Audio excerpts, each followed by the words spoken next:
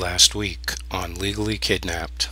Good evening. In Florida this week, a child protective investigator is arrested for dating violence battery, and a gay couple is fighting to raise an infant relative who was stolen by the state. The Muslim girl who converted to Christianity in Ohio and ran away to Florida to live in a foster home claiming that her parents were going to kill her gets her green card. All of that secrecy over child deaths in Los Angeles causes a firestorm of finger pointing, and accusations fly as an official is accused of falsifying fatality reports, and senior managers say they faced a hostile work environment after reporting the wrongdoing to the department's director. Meanwhile, child abuse reports rise 10% in Los Angeles County. In Sacramento, a pissed-off father is busted for bringing a gun into a family courthouse during a child custody hearing. Children of refugees in the United Kingdom are abused, and some have even suffered permanent psychological harm due to a cruel British-run detention system. Also in England, a brother and sister who met, dated, and had a kid before finding out that they had the same father are getting married, and they don't care if they are violating any laws in doing so. A Plymouth social worker is struck off from the social work register for failing to carry out child protection visits, and a shortage of social workers in the UK leads to insufficient and delayed assessments by the Kent County Council Social Services Department. In Nepal, adoptions to 11 countries are suspended because of problems with the international adoption system, including fake documents, lack of transparency in handling funds, and corruption in the adoption process. The former bodyguard who falsely accused Britney Spears of child abuse files a lawsuit against her for sexual harassment and reignites his claim of child abuse. Britney, of course, denies the accusations of child abuse, saying that the claims have already been investigated. And ex-husband Kevin Federline and another former bodyguard even comes to her defense, claiming that the child abuse claims are baseless. In New Mexico, a foster father who confessed to sexually abusing a 12 and 15-year-old girl to police pleads not guilty in court, and the trial begins for a British software designer who adopted a kid from Oregon and molested him in his California home. In Missouri, 5 sick men are arrested for making a 16-year-old girl who ran away from a foster home their very own sex slave. And the founder of an orphanage in Mumbai is arrested for rape and sexual exploitation of kids placed in his state-recognized orphanage. In Australia, 1 in 4 child protective workers in Victoria quit their jobs last year, and one of their foster care providers wants you to color your hair in bright rainbow colors to show your support for the child protective industry. In New Zealand, the Children's Commissioner criticizes the treatment of foster children, saying that they bounce them from home to home to home too much. A real dad from Virginia fights for the right to raise his daughter who was adopted right out from under him in Utah. And the Michigan Supreme Court rules that criminal activity in a home with a child present cannot automatically lead to an additional charge of neglect. Give Me More Money Oksana talks to the toughest family law attorney in the divorce business in her effort to get $40,000 a month in child support from Mel Gibson. In Ireland, a lack of social workers holds up the rolling out of some key recommendations of the Ryan Report, which uncovered the horrors of institutional abuse. A state senator in Connecticut calls for more legislative oversight of the Department of Children and Families policies and procedures. In Oregon, protesters are up in arms about schoolgirl night at the local strip club, saying that of-age strippers dressing up like schoolgirls promotes child abuse. Also in Oregon, the child protective industry tries to sue a Canadian mother for the cost of stealing her son and holding him hostage in foster care for 2 years. In Canada, a 6-month-old infant of Aboriginal ancestry dies from unexplained causes in a government-run foster home. And in Saskatchewan, a foster mother denies negligence after drowning a boy that was placed in her care in a bathtub full of scalding hot water. Indiana cries poverty, claiming that there are not enough baby stealers to handle a 6% increase in child abuse reports. And finally, tonight, an analysis of census data reveals that more U.S. grandparents are raising their grandchildren since the recession began, except in Pennsylvania, where more grandparents are fighting just to be able to be a part of their grandchildren's lives. For these stories and all the latest dirt on the child protective industry, visit www.legallykidnapped.com. And until next week, this is Baby LK,